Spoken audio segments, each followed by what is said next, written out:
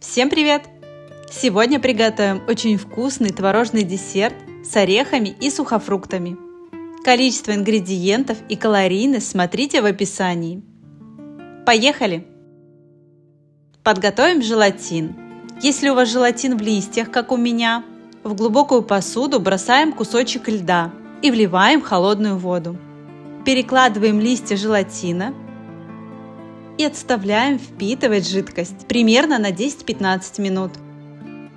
Сухофрукты зальем холодной водой и отставим на 15-20 минут. Это необходимо для удаления консерванта и активации полезных веществ. Творог и натуральный йогурт перебиваем погружным блендером до однородной массы. На сухой сковороде обжарим грецкие орехи и измельчим ножом, оставляя небольшие кусочки. Пересыпаем в удобную посуду. Орехи кешью также слегка обжарим и измельчим ножом. Пересыпаем грецким орехом. Ко всем орехам добавляем чищенный миндаль. С сухофруктов сливаем воду и просушим бумажным полотенцем. Чернослив и курагу нарезаем на мелкие кубики. Мой желатин спустя 15 минут напитал достаточное количество воды. Слегка отожмем и отправляем в микроволновую печь до образования жидкого состояния.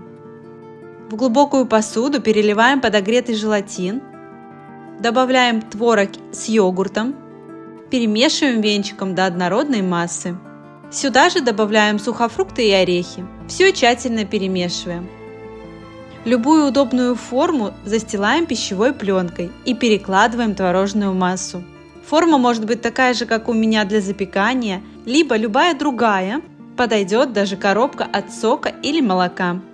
Накрываем пищевой пленкой и отправляем в холодильник на 2-4 часа. Творожный десерт готов. Если это видео для вас было полезным, подписывайтесь на канал, а также смотрите мои другие видео. До новых встреч!